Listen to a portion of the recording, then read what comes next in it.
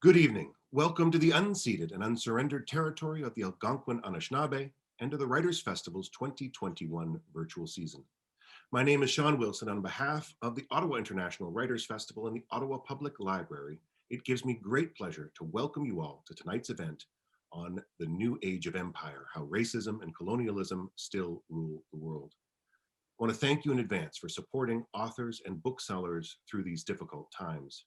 Our official bookseller is Perfect Books on Elgin Street, but I know that wherever you are right now, there's an independent bookseller nearby who would be more than happy to sell you some great books. Just like last fall, all our programming, weekly video interviews, and our Friday podcast will be available free and on demand at writersfestival.org.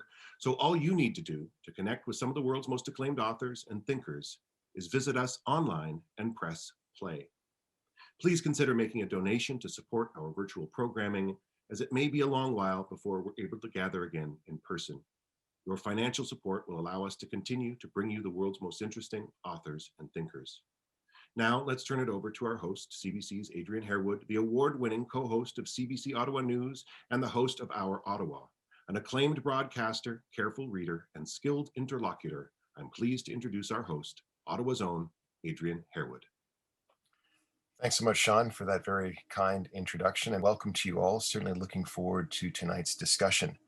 Dr. Kehinde Andrews is a professor of Black Studies in the School of Social Sciences at Birmingham City University. He is the first Black Studies professor in the UK and helped found the first Black Studies program in Europe at the university. In addition, he is the director of the Center for Critical Social Research, founder of the Harambee Organization of Black Unity, and co-chair of the UK Black Studies Association. Andrews has written 3 books, including Resisting Racism, Race Inequality, and the Black Supplementary School Movement, and Back to Black, retelling the Black, Back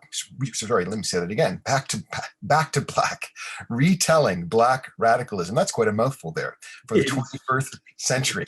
He also edits the Blackness in Britain book series. His most recent book, of course, is entitled The New Age of Empire, How Racism and Colonialism Still Rule the World. And Dr.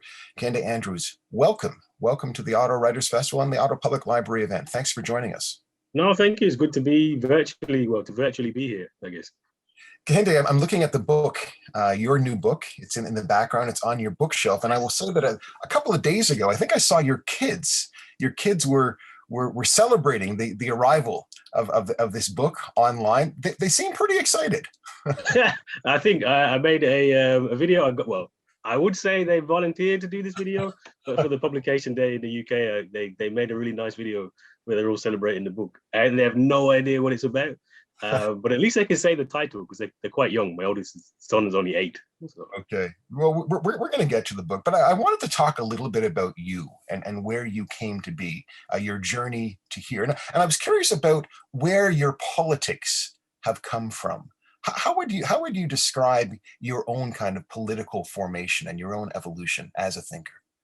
Well, really, I mean, I'm fortunate enough to have grown up as a legacy of the British Black Power movement.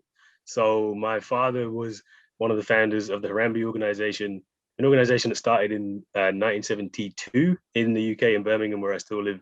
And actually, I'm now the co-chair of the chair of the Harambee Organization of Black Unity.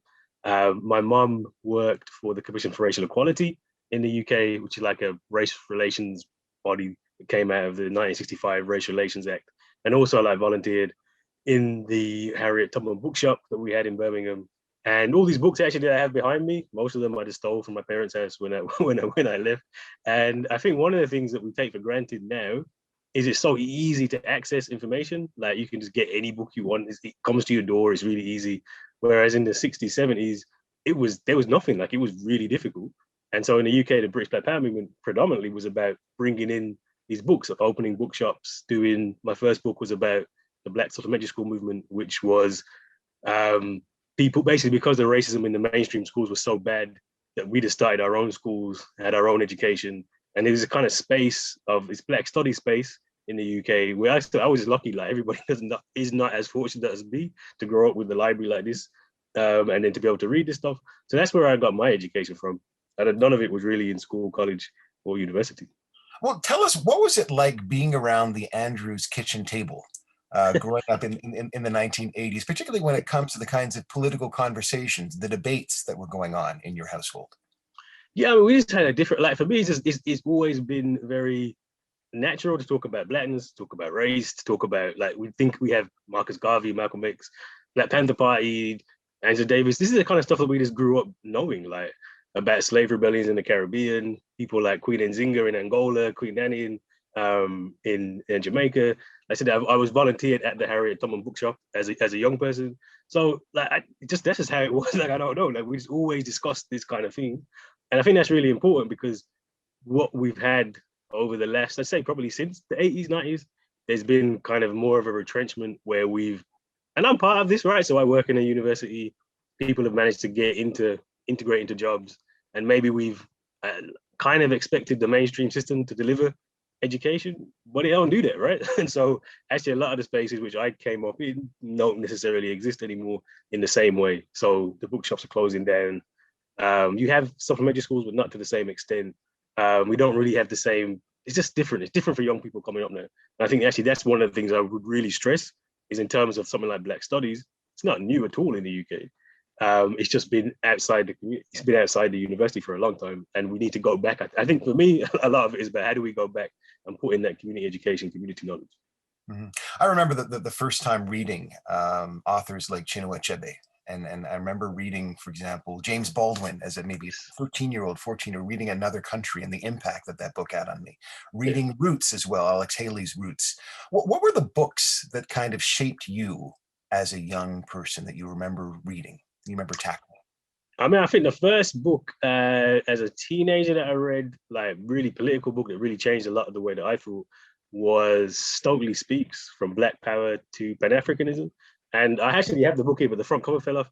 And the front cover, it was Stokely. He's got his little afro and his glasses, and he's holding a gun over his head, and he looks ridiculous. And I actually only picked up the book because I thought it'd be funny. Like, I was like, what's this nonsense? What's this? And so, but when I read it, completely changed everything. Honestly, like, what did it change for you, Kehinde? What did it change? I mean, I guess as because I said, as a young person, obviously I grew up with this, but then you kind of everybody rebels against their parents, isn't it? So I kind of went through a stage at secondary school.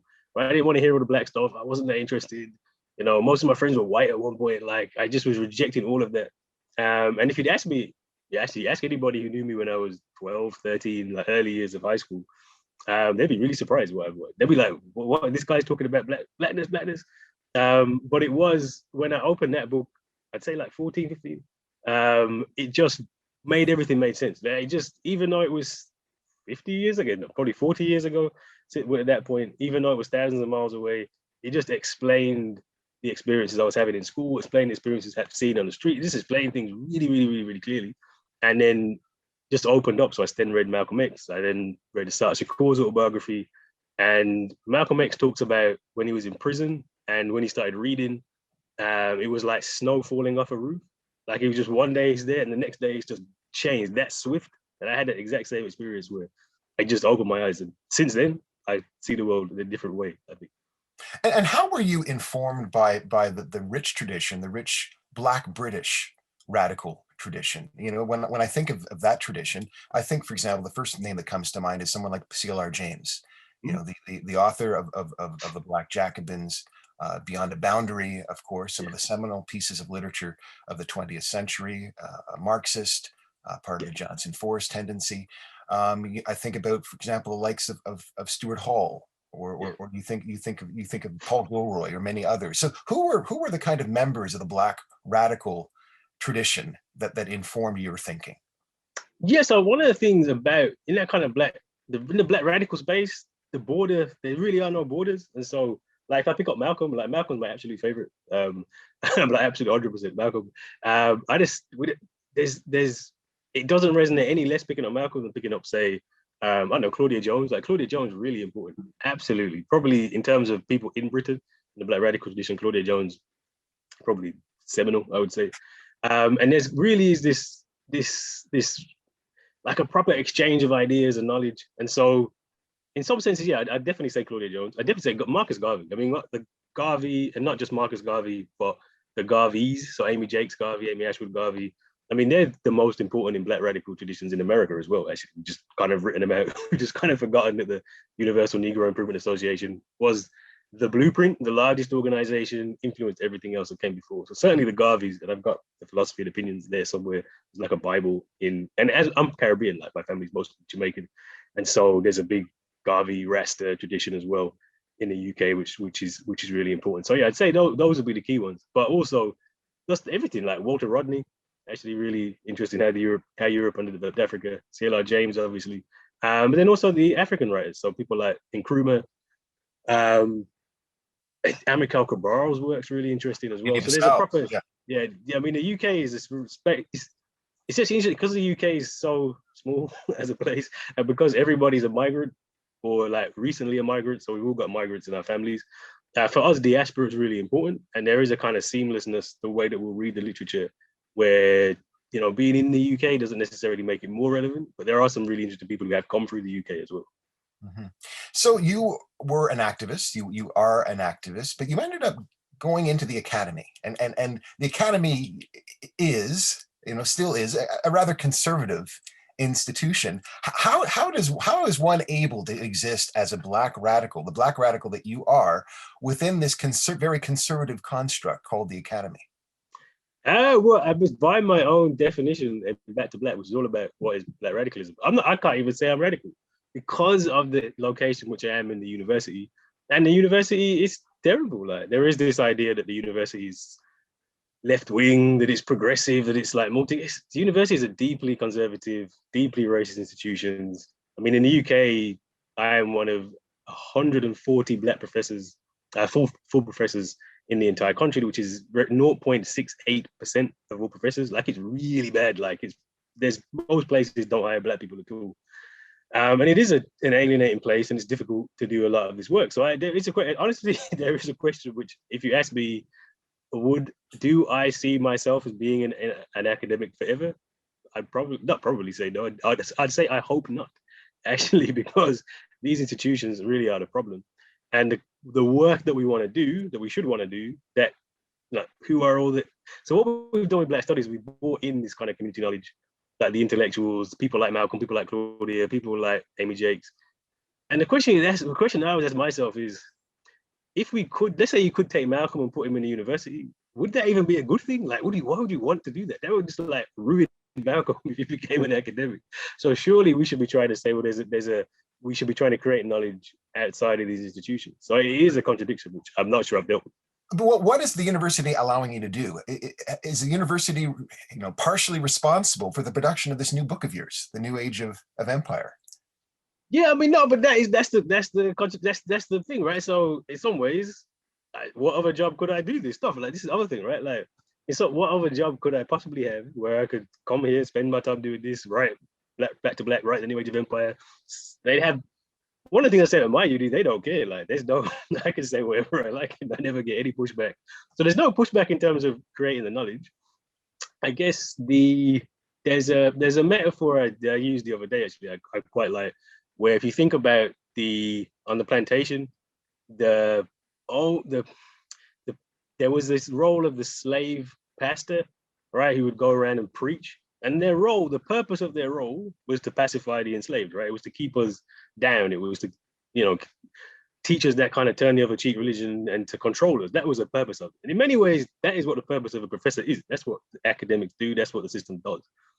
But if you actually look at who was it that started many of the rebellions on the plantations, it was the slave pastor, right? Why? Because they could read, so they had access to. It was a privileged position where they had access to reading material, different ideas. They were some of the only few people who could travel, the enslaved who could travel around and talk to big congregations of people. So that privilege that was supposed to make them pacify people was turned around to start rebellion, revolution. And I guess if I can say myself in that role, right, can we subvert what our actual privileges in order to do radical work? Then that's great. But then if you actually look at what's the end point of that? It's still like revolution, right? So the solution isn't staying in the university. The solution is using the university to do other things. And I guess that's probably the end point of this project, I guess. Well, let's talk about this new book of yours, The New Age of Empire, How Racism and Colonialism Still Rule the World. I'm curious as to where this book came from. What are its kind of roots? What are its origins?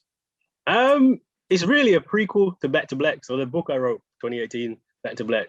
You are right, it's a mouthful. Back to Black, retelling Black radicalism for the 21st century. It's very much, what is the solution? What is the Black Revolution, etc. I spent a lot of time talking to a lot of people about the book, and it was very clear that people were like, yeah, I get it, but they weren't convinced of the scale of the problem, right? So the New Age of Empire is a prequel. This is explaining why you need revolution, explaining why reform isn't going to work, explaining why Black professors isn't the answer. This is kind of the book which says, let's really understand how that white supremacy is the very nature of the political and economic system which we inhabit. There is no way that you can reform it or change it. Within it, you have to get rid of it and do something else. So that's kind of where the book comes from. Colonialism and imperialism are often imagined as existing in this kind of distant past. They're seen as hearkening back to another time, possibly in the 20th century. We think about, of course, the anti-colonial movements that led to the independence of many nations in the global south. But you argue, though, in your book that colonialism and imperialism are very much part of our present. Can you explain how? Yeah, so what I try to, the term I use in the book is the logic of empire, right? And this hasn't changed. This is the key thing. So things definitely look different now, but they're not different. They're still the same basic logic behind them. It just manifests differently, which is why the book's called The New Age of Empire. So if we think about what the key difference is, it's from 1492 when Columbus sailed the ocean blue and found the Americas until the Second World War, really. That's kind of the first version of the Western Empire, which is brutally violent. I mean, the most violent system which has ever existed on the planet, killed far more people than any other thing in the history of ever. If you go from the genocide in the Americas, which is estimated to be like 60 to 70 million people, which is just an insane number. Then you take slavery, which is another 50 plus million. Then you take colonialism, which it would be probably impossible to add up all the numbers. We don't talk about the numbers enough, you think? We don't. We're not aware of the scale of the devastation, the scale of the brutality. No, it's true. We really don't. Like, I was surprised. I have to say, like, when I looked at that number of the natives in the Americas, even I was surprised. Like, wow, is that many? Like, it's it was annihilation. I mean, there's no other term for it. It's extermination, annihilation. It's genocide, right? In Haiti and Dominican Republic, what they called Hispaniola, when Columbus landed, the midpoint estimate of people, so it could be higher, it could be lower, that inhabited the island was 8 million, which was totally shocked me because we kind of have this idea of the noble savage, and there's a few of them fishing and hunting, and there are a few of them died, but whatever.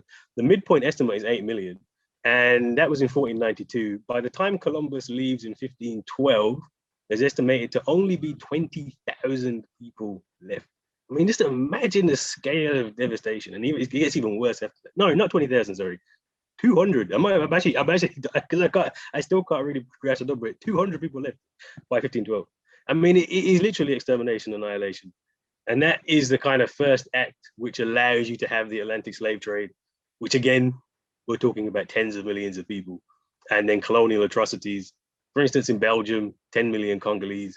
And by the time when I wrote the genocide chapter, I think I ended up depressed just looking at all the figures and the numbers, and it really is unimaginable.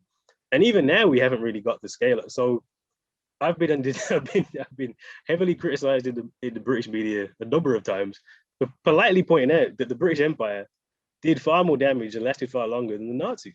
I mean, in no doubt about it, right? The British Empire lasted for 200 to 300 years, killed tens of millions of people through genocidal acts of slavery, colonial acts, atrocities. I mean, that's not a controversial statement if we actually understand its history. It's just a factual statement, right? Nazis were terrible. British Empire was the Nazis for 200 years, right? But we just don't think about it we don't think about it in those terms, which is deeply problematic, right?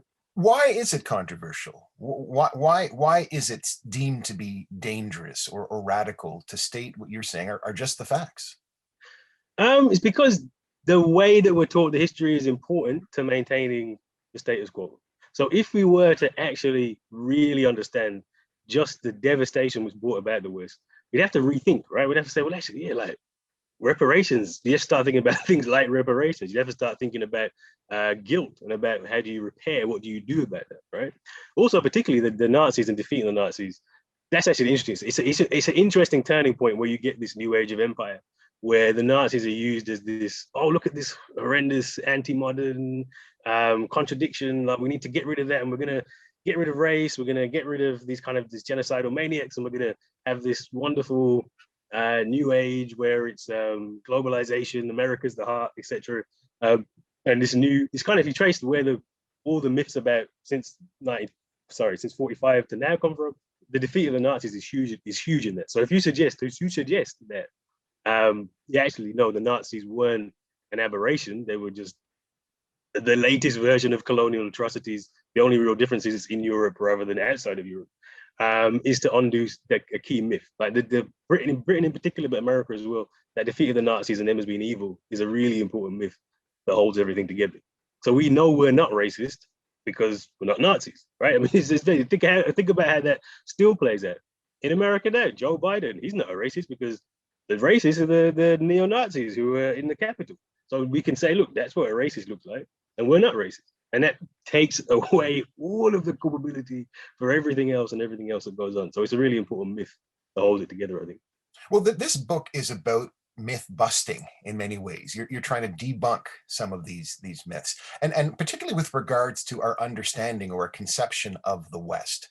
So to your mind, like, what is the kind of popular understanding of what constitutes the West and its origins as well? Well, the popular view really is the three great revolutions of science. So science, ingenuity, these great thinkers, etc. Industrial revolution, right? So mechanization, factories, cotton, the cotton gin, etc. And politics, right? So democracy is a big one, right? So we think what makes the West generally, how we understand it, is any countries which have political revolution, that have science, and have a modern industry, right? And they're products of the Enlightenment. Maybe you can talk about the Enlightenment. Oh yeah. And Enlightenment values, Enlightenment reason, not religious. So like it's a big thing at the minute. The clash of civilizations between with Islamic Caliphate. That's the kind of, if you think about now how it's defined in a big way, is this kind of religious explanations, those kind of backwards ideas, etc. That's not the West. The West is this advanced, progressed industry, right? Well, that's fine, right? It's not untrue, all right? I wouldn't say it was untrue, but in saying that, what you've missed is that all of those things are possible in the West only because of the colonial violence which accompanied them, right? So if you think about the Enlightenment is a powerful idea about how knowledge spreads out of Europe to the rest of the world, enlightens the rest of the world. I mean, that is simply white identity politics. I mean, there's nothing short of that. It's completely untrue. At the time when Europe comes to, in 1492, when Columbus sails the ocean blue, Europe is behind everywhere, literally everywhere. Europe is probably the only place in the world in the Dark Age. Africa's more advanced, Asia's more advanced. As we said, the Americas are more advanced. And between 1492 and the Enlightenment, which is like 18th century, what happens is the colonial violence literally destroys so many parts of the world, lays waste to so much of the world and dominates the world, that by the time you have thinkers like Immanuel Kant, even Jefferson's an Enlightenment thinker, Hume, etc., by the time they come about, Europe's on top, right? Europe's on top of the world. We know that Africans are inferior because they're enslaved. We know that the natives in America are a feeble race because they no longer exist, right? We know that Indians can be a less than because we're colonizing them. And then they build a theory around this, which justifies the colonial brutality and expansion. So you can't have the knowledge that we have. You definitely can't have the Industrial Revolution without things like slavery, colonialism, etc. And then the political revolution is based off the plenty, the bounty, the amount of money and wealth which is exploited off the people in the colonies, is that allows an equality of life here, which then allows for democracy. So those three great revolutions simply can't happen without colonial violence and brutality.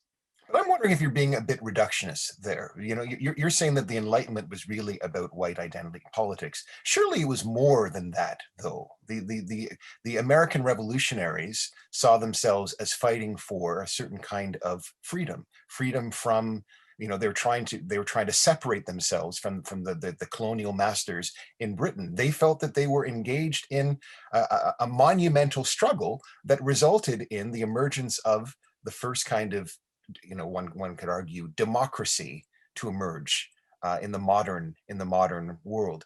So is it only, was the Enlightenment only about white identity politics? Yes, no, I mean, yeah, I mean, actually, like, so before I wrote the book, I probably would have given you a slightly different answer. Actually, going into it, no, it is simply just white identity politics. America is a perfect example. So you have this idea of freedom and the vote and democracy, etc., all men are created equal.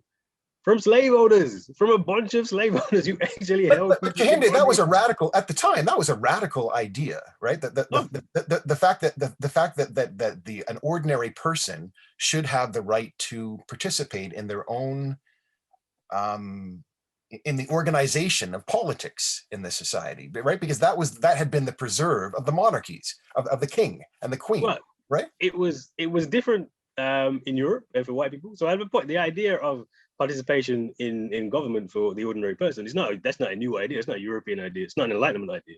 In fact, if you go to African societies for thousands of years, that pre-existed. So I do count that for Europeans, this was a new thing, right?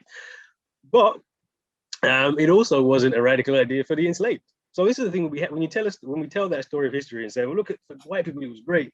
We were there and we were enslaved. So this clearly wasn't good for us, right? In fact, nothing changed. In fact, it probably got worse. Slavery there's a large argument you can make that when America becomes independent, no, actually it does. Actually, on numbers terms, in terms of brutality, in terms of the shift to cotton, actually slavery gets worse in America after independence. So obviously these great ideals aren't passed down to us, right? Now, importantly, why I say it's white identity politics and is because if you actually look at the theory of rights you get from the Enlightenment, is a theory of rights which justifies the slavery of black people at the time, clearly, otherwise they wouldn't have carried on, right? Because we're not seen to be human. And the thing about it is now it's also the same theory of rights that justifies black death today, right? So for instance, we have this universe. So what's the best way to explain this? We have this universal framework of rights that everybody has the right to life, right? And that's the only thing you're guaranteed is the right to life. You're not guaranteed the right to prosperity, you're not guaranteed the right to eat, you're not guaranteed the right to anything else, the right to life. What that does is that freezes the economy in the image of white supremacy, right? So if you think about it now, Africa is the poorest continent on the planet by a distance, sub-Saharan Africa. The places where white people live, the West is the richest, and you have this hierarchy in between. White supremacy. So if you read the writings of any of the Enlightenment thinkers, they all believe that Africans were inferior, Europeans were superior, and there was a hierarchy in between. It cannot be a coincidence that is actually what the world looks like today. Like that doesn't just happen. We literally built the world in the image of white supremacy. And then the theory of rights that we have says, okay, as long as they can kind of eat and we'll give them vaccinations sometimes, maybe we don't always even want to do that, then it's fine, but we don't have to actually deal with the global imbalances. How do we have the United Nations talking about global poverty and not talking about race? When race is the main thing. Like it's the biggest thing, like the biggest thing that explains your life chances around the world is race. But we have a framework of development that never talks about race. That's not coincidental, right? That's from the Enlightenment. Mm-hmm. You really take to task the kind of Enlightenment thinkers, the thinkers who are deemed to be the princes, shall we say, of the Enlightenment, the likes of Immanuel Kant, the likes of John Locke, the likes of Voltaire. What's your problem with Immanuel Kant? What is like? So Immanuel Kant is, again, before I wrote the book, I knew it was bad. Like I just knew it was bad. I had some idea how bad it was. Then you actually read Immanuel Kant. And I do put, there's a couple of quotes in the book about this. Kant wasn't just a racist. Kant wrote wrote advice to slave owners of how best to beat enslaved Africans based on his crazy racial theories that we had really thick skin. And so it's better to use a stick rather than a whip to inflict the most damage. That's Immanuel Kant. I mean, this is not just a racist, deeply racist, right? He also theorizes, Kant's important because his idea of moral geography, which is the climate's really important. And he goes to extents to say that Africans, not only are we stupid, but we stink, we're backwards, we can't ever have full capacity of humanity, etc. So he kind of is one of the earliest to kind of build this really clear racial hierarchy of the species. Now, the defense of Kant typically is, yeah, he did all that, but his idea about universal theories, that's not racist. That's somehow separate from his really, really racist. The racist part of it is separate from the other part. But that's nonsense. He even said at the time that's not true. Because what he's basically theorizing is saying, look, the white people can think. White people are rational. This is the place where we should look for progress, for science, for reason. And at the end of his life, he comes out against slavery. He comes out against some of the worst brutalities of colonialism. But he does so in the way that a environmentalist would do to protect the habitats of apes, right? Saying, look, now we shouldn't really kill them. We shouldn't really. We should let them live in their state of nature, their savagery, and we shouldn't be cruel to them. But he has this. But if you look at, he's so important to this idea of human rights, which doesn't guarantee you any rights at all, other than the right to be continually exploited and abused. And it's not a coincidence. Like, that is his framework of human rights. And as I said in the book, and I came to this after writing the book, we're actually better off just taking Kant out of our curriculum. Like, you don't need that. It's so bad, that it's so bizarre as well, some of his theories. For instance, that if planets further away from the sun, the population will be stupider because it's the sun's so important. I mean, it's just nonsense. If you read it, it's just actually crazy. And I think the quote in the book I said was trying to salvage his critique of pure reason from the wreckage of his racial theory is like looking for sense on a conspiracy YouTube site. Just get rid of Kant. We don't need it, honestly. And yet Kant still, and you exist in the academy, you know that in political philosophy departments, you know that in political theory departments, Immanuel Kant is a central figure. Why do you think the academy is so wedded to Kant? Because the academy is really wedded to white supremacy. Honestly, there's, it's the Enlightenment generally, and Kant's just one example, but the Enlightenment generally is the basis foundation for the modern university, Western university, and the knowledge that goes through. And so this is where people are trained. This is how people, this is the kind of, in the same way that Malcolm X is my basis, Kant is the basis for a lot of the way that people think, and it's deeply problematic. So the idea that if you say to people, let's shift Kant, push Kant, and actually at the time, so I was on the Newsnight. The one time I was trending actually ever on Twitter was when I suggested that Immanuel Kant was racist. Immanuel Kant was racist. That's, again, this is historical fact. Just go read Eddie Kant. It's obvious he's racist. And people went insane. And the students at the time at the School of Oriental African Studies, they were just saying, let's have some other thinkers as well. It wasn't let's get rid of Kant at all. It was like, let's just add some other stuff in. And people, even at that suggestion, people went insane. And how do you explain that, Kehinde? How do you explain that? You say that it was intense. People went insane, which is an extreme reaction. How do you explain that extreme reaction? Why do you think people are so tied to Immanuel Kant? What is their connection, that deep connection to him, what he represents? I think Kant is I think because Kant is such a good example of white supremacy in philosophy. And people are tied to white supremacy and white supremacist ideas. People don't like to admit it. People don't want to say it, but people really, really are, right? So if you push on it even a little bit, and I'm not sure why, it's actually interesting, I'm not sure why Kant particularly, because I'm very surprised. When I was trending because I criticized Kant, I was surprised most people even knew Kant was. I mean, I didn't think he was that mainstream. But I think he's a really good representative of the Enlightenment, of human rights as well, actually, interestingly. And I think he's a stand-in for a bigger problem, is that we are addicted to white supremacist ideas. And if anytime you want to challenge any of those white supremacist ideas, people are not rational about them. But there's no rational defense of any of it. So it becomes irrational very, very, very quickly.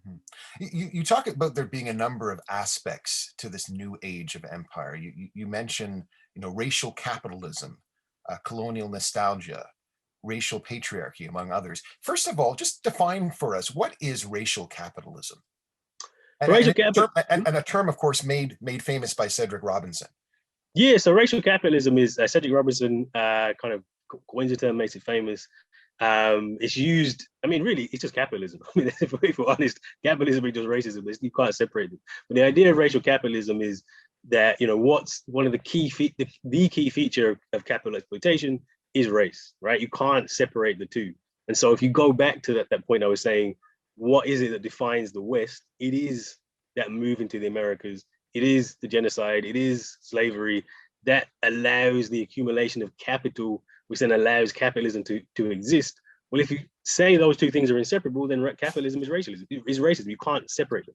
So oftentimes people think about race and class separately, and the whole point of racial capitalism is to say, actually, no, you just can't do that. They are like this. They are intertwined completely.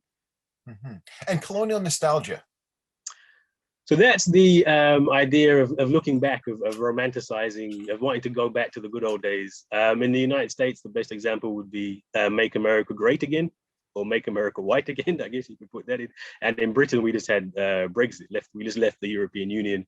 And this was so much predicated on the idea of take back control. Britain can be great again when Britannia ruled the waves. There is, unfortunately, there's a massive yearning for the olden days. Like in the States, people go and visit slave plantations and like, you can stay, was in Mississippi, there's one, I can't remember the name, but there's definitely a hotel in the South where you can actually stay in a former slave cabin.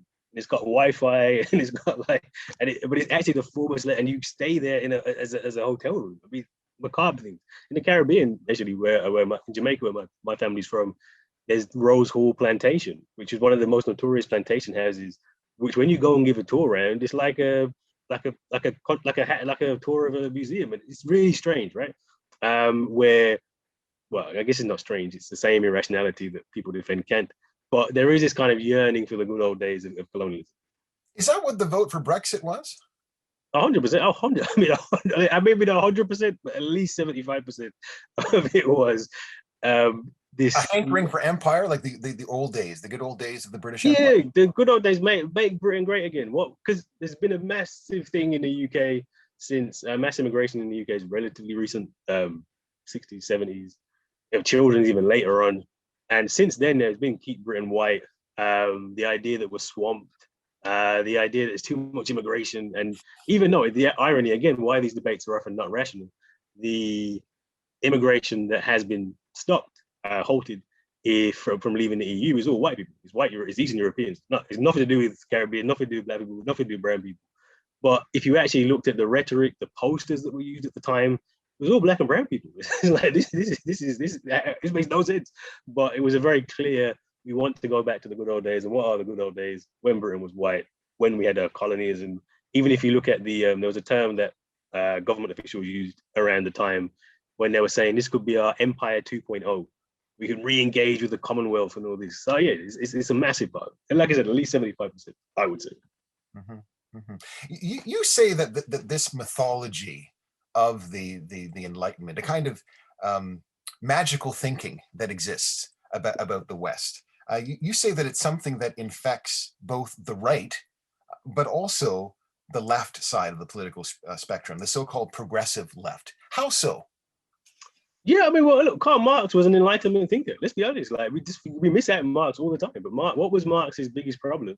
It's actually from Cedric Robinson, is he imagined that the savior of history was the white working class, and then created a theory of history that said the white working class would save everybody, right? There is this deeply problematic idea on the left, which is what you essentially get is here as well when we talk about social democracy, it is how do we share the spoils of colonialism fairer, basically, right? So if you look at, I spent a lot of time in left circles and reading these debates, and what sparked a lot of these left protests now is 2008, right? The financial crisis. Before the financial crisis, when everything was okay, the left wasn't that big a deal, right? But then when it starts to become uncomfortable, neoliberalism, and the real heart of these protests are neoliberalism, when you get Thatcherism and Reaganomics, which is all about the individual, and and the rich start to steal the wealth. And if you look at the left debates, well, so much of them are about how can we get the wealth back from that top 1%, and how can we put it into public services, et cetera, et cetera. But that misses the point. That this wealth is extracted almost 100% from the colony. So you can have this kind of social democracy in the West, but that doesn't solve any of the problems of racism. In fact, but it does make life better for some people, does it not? Isn't that part of the argument that by redistributing the resources, by more people having access to these, these kind of fundamental means of life, that they will be able to be more free. They'll be able to kind of fully exercise their agency as human subjects. Yeah, but here, right? See, the debates are about here, though, right? If we have to talk about social democracy in England, or social democracy in America, or social democracy in Canada, that's fine. But that doesn't. Most of the world, so most of the world live in conditions that we can't imagine, like literally can't imagine. Most people don't have an inside toilet. The child dies every 10 seconds because they haven't got access to food. 9 million people die per year because of hunger. Far more people died from hunger last year than would die from COVID-19 any year, right? So if all you're talking about is how do we divvy up the spoils of empire better in Britain and America and the West, that doesn't solve any of our problems. My family came to this country under social democracy. A, it was really racist anyway, like it was terrible when they came in here, but B, broadly speaking, in the Caribbean and elsewhere, these are debates these are internal debates about how do you share the spoils of empire. And haven't seen probably any progressive left politics, which is really about saying how do we deal with the actual global system which creates these massive imbalances.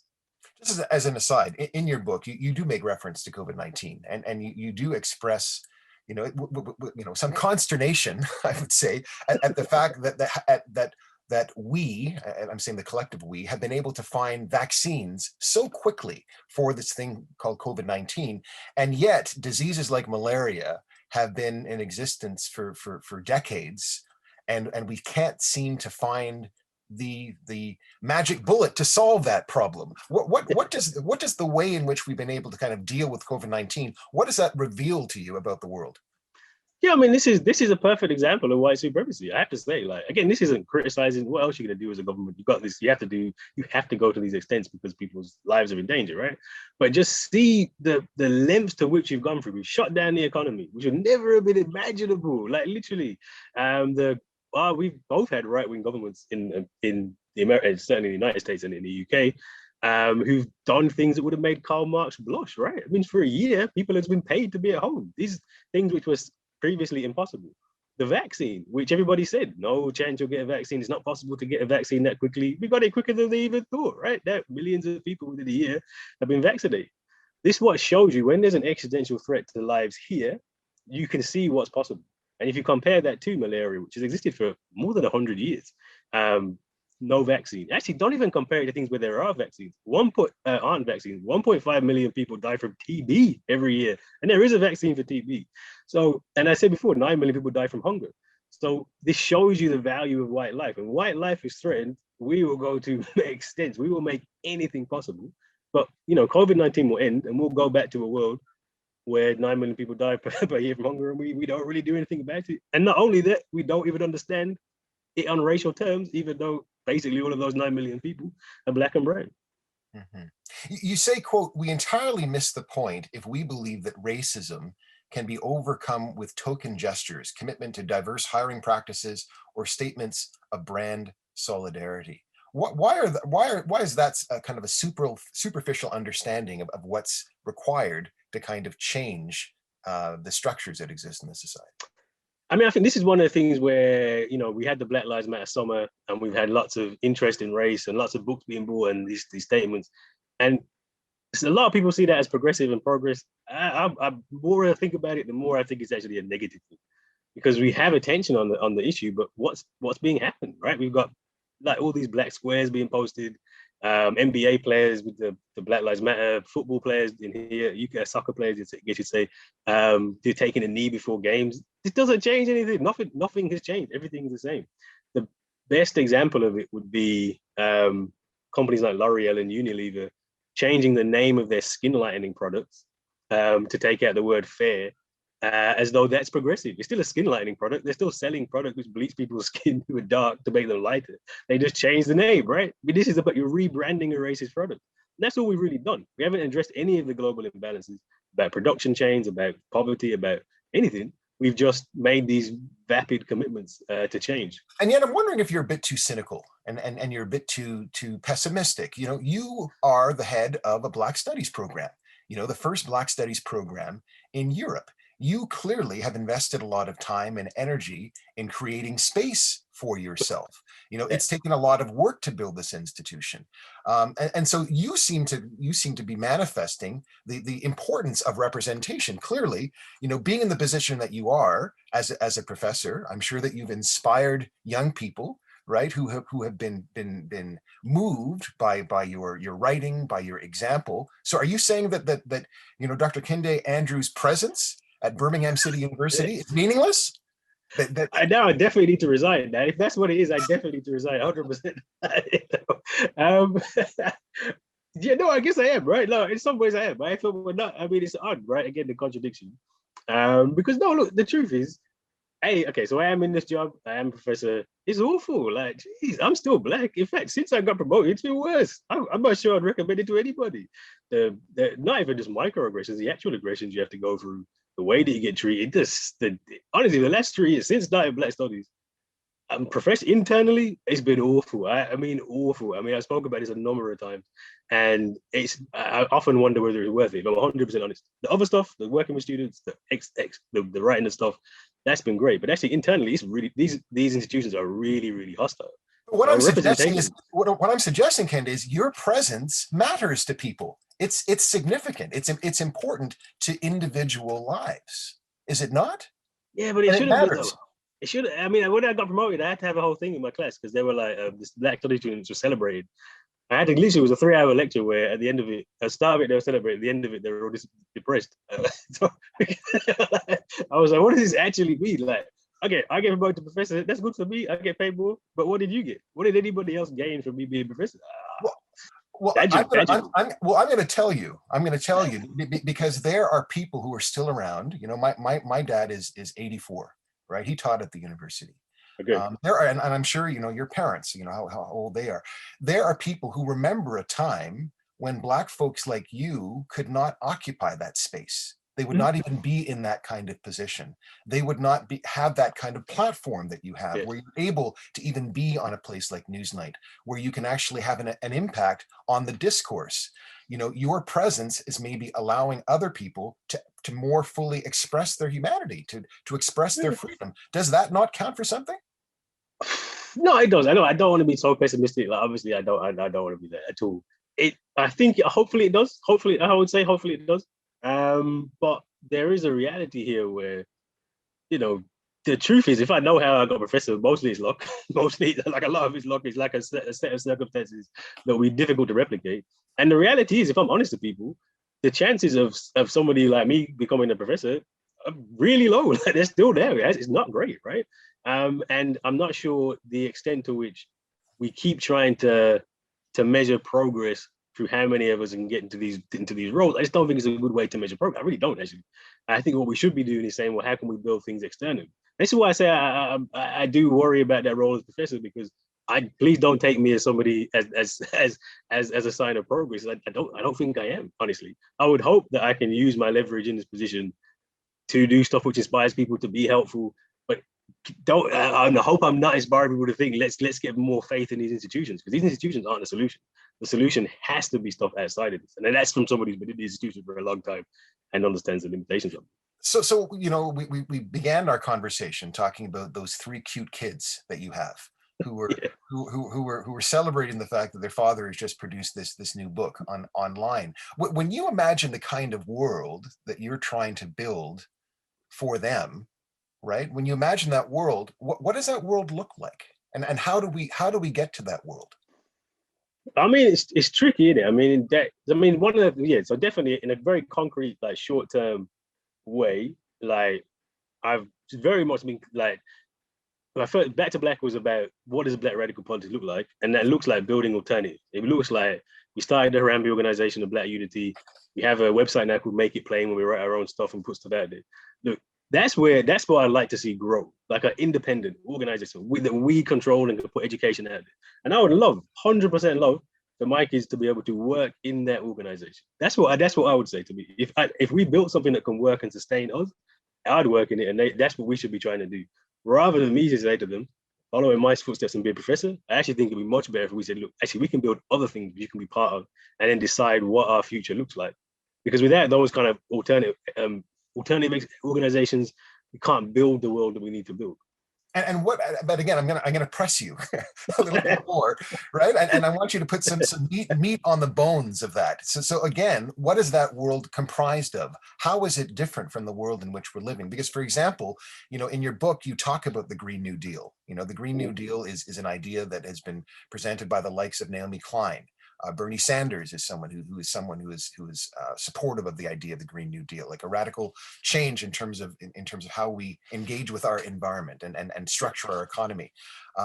Alexandria Ocasio-Cortez as well is someone who's very much supportive of the Green New Deal. You, though, are somewhat skeptical about it and about its sustainability, I suppose, as an idea, as a movement. So is the Green New Deal not enough for you? It doesn't go far enough? Is it part of your imagining of what this new world will look like? The Green New Deal is a good idea. Like I want to say, a lot of things aren't radical, but that doesn't necessarily mean they're a bad idea. Green New Deal is a good idea. I would always support Green New Deal policies. The problem is it's about America, it's about Britain, it's about here. It doesn't deal with the global problem, right? If I'm being totally utopian, I did do a video for the BBC a few years ago about African utopias. What does that look like? And a big thing of what that looks like for Black radical politics is about an Africa that has no borders, isn't all these nation states which are all cut off each other, is an Africa which has solidarity within. So Africa is the richest continent in the world, has all the resources it needs, can actually take itself out of the world system because it has everything you need in Africa with a planned economy, with a green economy. So yeah, green is definitely a big part of that. But I think if we're saying, well, how do anti-Black racism is such a massive part of the problem, the only way to solve that is to have a liberated Africa, which isn't being chunks taken out of it by China and India and the West, that can control its own resources, and that can build prosperity. That's I mean, if I'm being totally utopian, that's really the only solution to that problem. Mm-hmm. You mentioned China there, and China. You do address the China issue a little bit in your book, and you basically kind of talk about China as being part of this new age of imperialism. Yeah, China's maybe worse than Europe. I mean, the big thing I'm trying to push in the book is, although white supremacy doesn't just benefit white people, it never has. There's always been Black and brown people who've been slightly better off, who've engaged in the system in order to enrich themselves. And if you look at China, not China, the whole of China, it's the Chinese elite. This is essentially what they've done, right? Chairman Mao dies in 1976, and Mao's policies are buried with him. Revolutionary China disappears at that point, and China makes a decision that we can gain some kind of prosperity from joining the Western economic system. And how do they do that? They do that by becoming the workshop of the world, where they manufacture the goods for everybody. But why is it that the goods are manufactured in China? Because there's 400 million Chinese people in desperate poverty who work in sweatshops who can take wages that we would never accept in the West. So that's racial. That's racialized. The fact that Chinese government and the Chinese elite are benefiting off the racialized exploitation of millions of Chinese people doesn't mean it's not racialized. And then the second piece of that is, well, if you're going to manufacture the goods for the world, you have to then have the resources for the world. And where do they come from? Same places Europe got them from, Africa. And if you look at China's involvement in Africa, particularly since they joined the World Trade Organization, another example of why China's in the West, not outside of the West, they've just been stealing resources from Africa for a long time, for the last 20 years, and further impoverishing the African continent and enriching themselves. So there's a model that China is developing itself, which is based solely on white supremacy and joining the West, not changing the West or undermining the West. So what do ordinary Africans do to resist the invasion, this new invasion of these imperialist forces? I mean, this is difficult, right? Because I mean, any people who are struggling, it's day to day, right? Like this is the problem that we find ourselves in here oftentimes. When you're the most oppressed and exploited, it's difficult. Your day to day is trying to survive, and in the African continent, it's no different, right? And so this is where actually diaspora is really important, connecting up. I said my politics is generally Black radical, but connecting up the dots and trying to bring everybody together.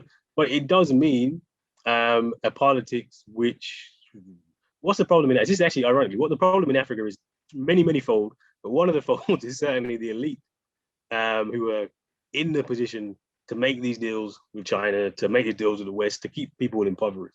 That needs to end. You do need to have a political revolution on the African continent, which brings together the African continent rather than has these national side. If I can say one thing that Africa needs, actually one thing that Africa's always needed, ironically, is Black consciousness. Like actually, I think the point in the book where I point is that had Africa had Black consciousness at any point, slavery don't happen, colonialism can't really happen, and what's happening now couldn't really happen. So explain what you mean when you say had it had Black consciousness, because Steve Biko was the head of the Black consciousness movement in South Africa. There have been other Black consciousness or organizations, groupings in Africa. So what do you mean when you say that there hasn't been a sufficient amount of that kind of consciousness? Yeah, sufficient amount. So if you go back to when Europe first goes into Africa, I said Europe was behind Africa. Europe couldn't take over. There's a reason why colonialism is less than 100 years in most countries. Like direct, we run your country is less than 100 years in most African countries, because Europe could not just march into Congo and take over. Didn't have the power, right? What Europe did have and was able to use was the fact that Africans didn't see themselves as the same people, because they're not the same people. This is the thing. Whiteness and Europeans had a system where they all kind of fought each other, but agreed on the basic premise that we're better than everybody else and we'll work together on that level. And then Africa doesn't have that. It has different ethnic groups, different nations who are competing against each other and don't organize. If at this point they'd all unified and said, "No, by Europe, we don't," they couldn't. Literally, slavery could not have happened. But we've always clung to our division rather than say, "Let's come together." And the same, if you can say the same thing in the '60s, when there is, the '50s, '60s, you do have lots of Black consciousness ideas, Pan-Africanism, revolutionary ideas of Pan-Africanism on the African continent. But the honest truth is that loses out to the nation state, to the ethnic divisions. And you haven't had this kind of unification of Black people in the same way that you have had on the West, where even though they're fighting each other, they generally agree on the main principles. And with a unified African continent is a continent that could not be controlled in the way that it is now, and the way that it has been historically. At the end of your book, The New Age of Empire, you say, in the end, Malcolm was right when he warned us that it will be, quote, the ballot or the bullet, liberty or death, freedom for everybody, or freedom for nobody. What do you mean when you say that? So the publishers asked me to be more positive at the end. that was the best I could do, right? No, so the reason why I love Malcolm, but two, I think that's a great quote, because what he's reminding of us is that empires fall. In fact, one of the things we need to get rid of our head immediately is that there is no alternative. The West has only been predominant for a couple of hundred years. It's a blip on the human timeline of history. There are many alternatives. This empire will fall at some point. It will either fall through revolution, because it gets overtaken. It will collapse under its own weight. And one of the slivers of optimism which I do have is that if you actually look at the climate crisis and what's generating it, it is this idea of acquisition that we can keep exploiting, that we can keep building. And that is a deeply white supremacist idea. And it is endless growth, right? And that's so much tied into capital and whiteness and production and the mastery of the world, etc., that if you actually step back and say, well, let's just stop doing this. Let's think of a new way to run the economy, because if we don't, we're going to fall into the abyss. We're literally going to end the world. Then maybe that is the wake-up call that the West needs to think. Because what Malcolm's saying in his speech, The Ballot or the Bullet, is that, look, the West is the only place in the world that's had the chance to have a non-violent revolution. Like, the arguments are there. People are saying we need this and that. Just listen, change, reframe, rethink. Malcolm wasn't very optimistic. I'm not that optimistic that's going to happen, but it's definitely possible. But the other part of that is, look, like I said, empires end, and one thing I do want to say of the book, it's not pessimistic. It seems a bit pessimistic because it's all doom and gloom, and the West is racist, etc., etc. But the purpose of that is to say, once we understand the scale of the problem, that this trying to reform this system is a dead end, then we can have a proper, real, radical imaginary and say, well, actually, how do we fix this? How do we truly fix this? And rather just try to put sticking plasters on it. That's a radical, that's an optimistic idea. You think human transformation is possible? No, revolution is possible. Like, absolutely. Like, and if you think about 50 years ago, we could have had a revolution. I mean, it was not clear that the West would survive. You had communism, you had Pan-Africanism, you had these radical movements everywhere, and there is a reaction from the various states, right, which is largely violent, about killing people, etc. There's another reaction which is about, this is how we get the welfare state, ironically, right? Like to pacify people, you give them independence, you give them tax breaks, you give them benefits. You know, there's a kind of pacification process. You let people in, people like me, etc., right, to some extent. But 50 years ago, when Malcolm was talking about revolution, this was not pie in the sky. So in 50 years from today, if we decide we want to do something different, build alternative organizations, have different ideas, we could be in a place where, of course, we could have something new. Things happen. New revolution is possible. That would be the message from the book. In the wake of the murder of George Floyd in Minneapolis, Minnesota, we saw the resurgence, really, of the Black Lives Matter movement. What do you make of the movement, and what does the movement mean to you? I mean, it's wonderful to see so many young people out on the streets, because I think prior to Black Lives Matter, it's not racial. It's always been protests of racial justice, but they've gone a bit underground. Whereas now you're seeing thousands of young people coming out and saying, "Look, no, we've had enough." And I think this generation understand, because we've had so many reforms. We've got Black and Black middle class. We've got Black elected officials, and I think they understand the limits of that. All of those things have happened, but the problems are still exactly the same, right? So I think this generation understand that we need to have transformation. I mean, I think in terms of Black Lives Matter generally, if I'm honest, it's a liberal movement, it's a reformist movement. Generally, it is a, can we get things changed internally? But I think if it carries on, and with the passion that you see in the young people, it will have to become radical, because you cannot solve these problems within these systems. Mm-hmm. This new book of yours, The New Age of Empire, How Racism and Colonialism Still Rule the World. The book is out. It's out in the world. It's out in the world. People are engaging with this book now. Obviously we're having this conversation. What do you want this book to do? What kind of difference do you want this book to make? How do you want it to affect the discourse? I want the book to make people uncomfortable. I think that's the key thing. And you should end the book feeling uncomfortable, because there's so much, the big problem we have now is the way we're talking about race, and there's this narrative somehow that it's all kind of easy to solve, that there's these steps you can take as a white ally, and I've read so many books where it kind of ends on this really positive, cheery note. That's not what we need. You need to be uncomfortable. We need to understand the scale and the stakes of what this is. It's kind of like stripping back so that we can look forward. That's the purpose of this book. So I hope the book makes people uncomfortable and understand the scale of change that's necessary. Dr. Kehinde Andrews, thanks so much for joining us. It's been a delight. Well, thank you. I really enjoyed it. Thank you.